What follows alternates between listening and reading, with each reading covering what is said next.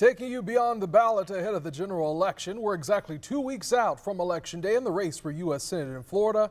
It's a close one. It is. The latest UNF poll shows incumbent Senator Rick Scott leading by just 3 percentage points over Democrat candidate Debbie Mucarsel-Powell. And Mucarsel-Powell made several campaign stops in Jacksonville today.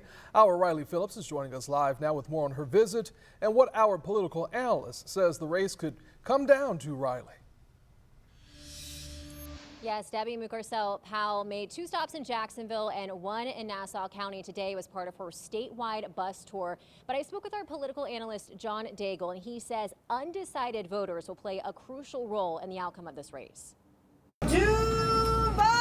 Florida's Democratic candidate for U.S. Senate, Debbie Mucarsel-Powell, meeting with voters and prominent Duval County Democrats Tuesday. And many people call me DMP, which stands for Don't Mess with My People. Mucarsel-Powell was born in Ecuador and moved to Miami with her family when she was a teenager.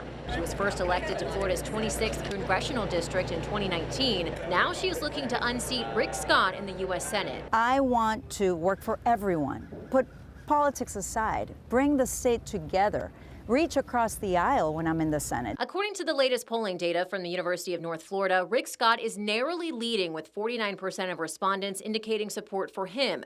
Mucarsel-Powell is right behind him with 46%. First Coast News political analyst and UNF political communications professor John Daigle says he is not surprised by the close numbers. Scott has a history of winning by very close margins.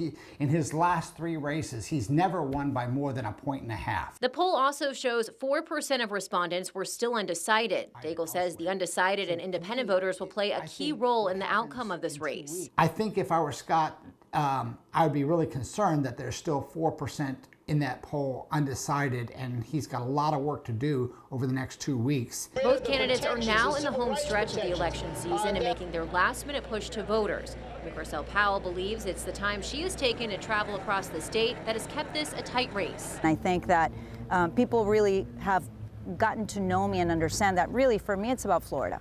I'm not paying attention to all the politics that's going on nationally. For me, it's about resolving the issues that we have in our state.